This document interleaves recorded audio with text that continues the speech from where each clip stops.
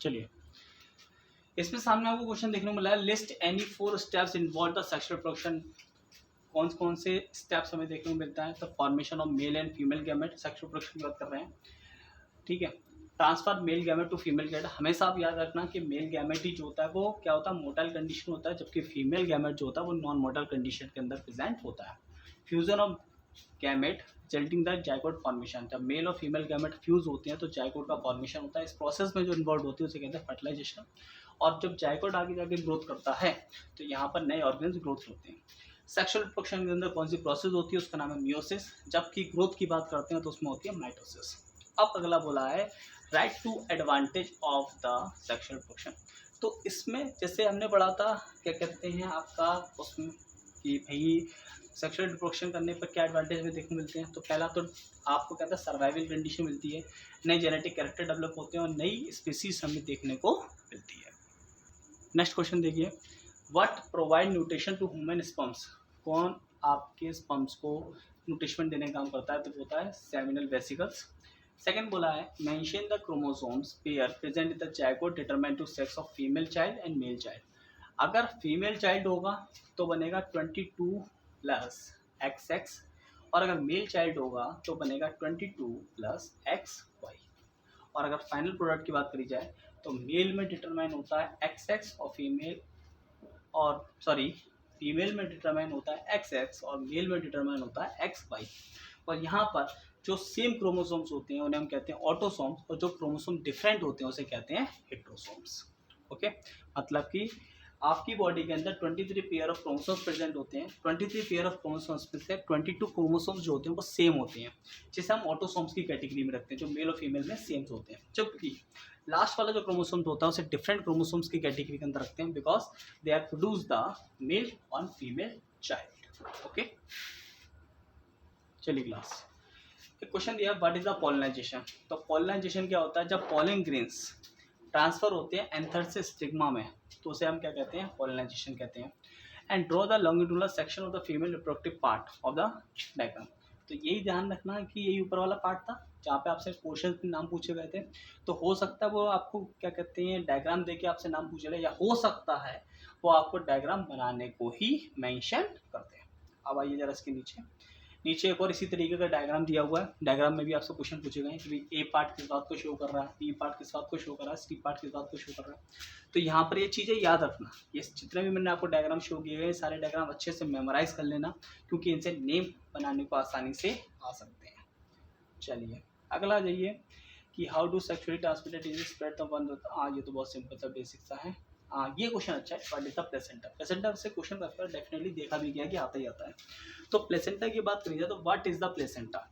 Placenta is a special tissue connected between the embryo and the यूरेटाइन wall, it act as the endocrine gland.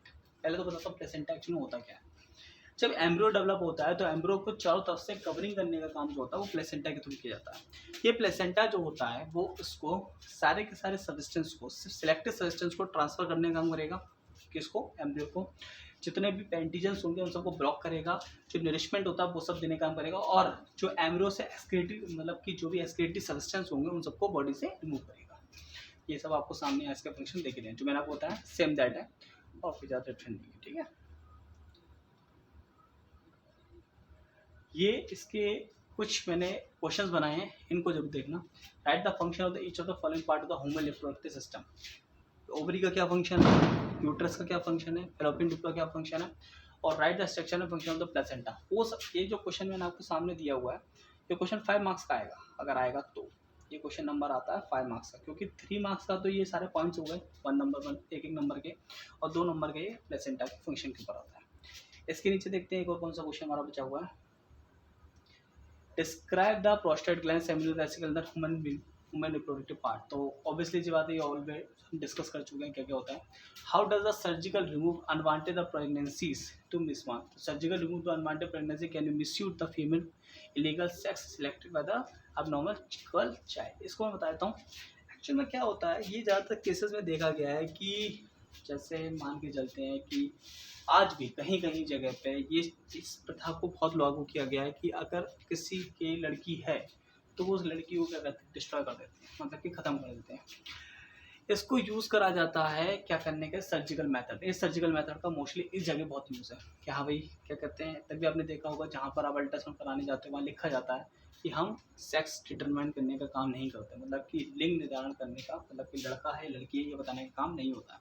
पर कुछ जगह है अभी भी कि कुछ ज़्यादा पैसा दे के उसके बारे में पता लगाया जाता है और पता लगाने के बाद में उसको बॉडी से रिमूव कर जाता है, तो ये सर्जिकल मेथड यूज किया जाता है, बट जो ये गलत है। Explain the role of oral contraceptive pills in the preventing of conception.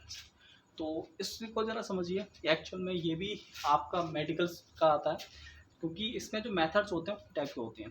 पहला होता है सर्जिकल मेथड, फिर बैरियर मेथड्स होता है और मेडिकल मेथड्स होता है। तो ओरल कैसे, ओरल जो मेडिसिन होती हैं, it release the egg into the fallopian tube. ये क्या करती है, उस एग को रिलीज कर देती है फैलोपियन ट्यूब में और आसानी से वो बॉडी से क्या हो जाता है, रिमूव हो जाता है। और जब जो भी मील, मतलब कि जो भी क्या कहते हैं स्पंज पहुंचा था उसे डिग्रेडेबल कर दिया जाता है। ओके, तो आई थिंक सभी लोगों को ये चीज़ें समझ में आई होंगी। कोई भी डाउट्स हो तो आप लोग मुझसे क्लियर कर सकते हैं, आप नीचे डिस्क्रिप्शन में जाइए, उसको कोई भी डाउट्स हो मुझे सेंड कर दीजिए।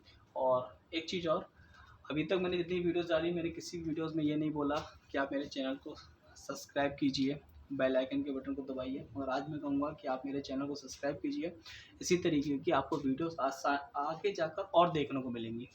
मैं हर एक चीज़ के ऊपर मोस्टली अभी 10th क्लास की बेसिक्स ही हैं, 10th क्लास का डाटा मैं लेके आऊँगा, उसमें चीज़ों को डिस्क्राइब करूँगा और ट्राई करूँगा कि इसमें कुछ शॉर्ट ट्रिक्स लेके आऊँ जो आसानी से आपको समझ में आए।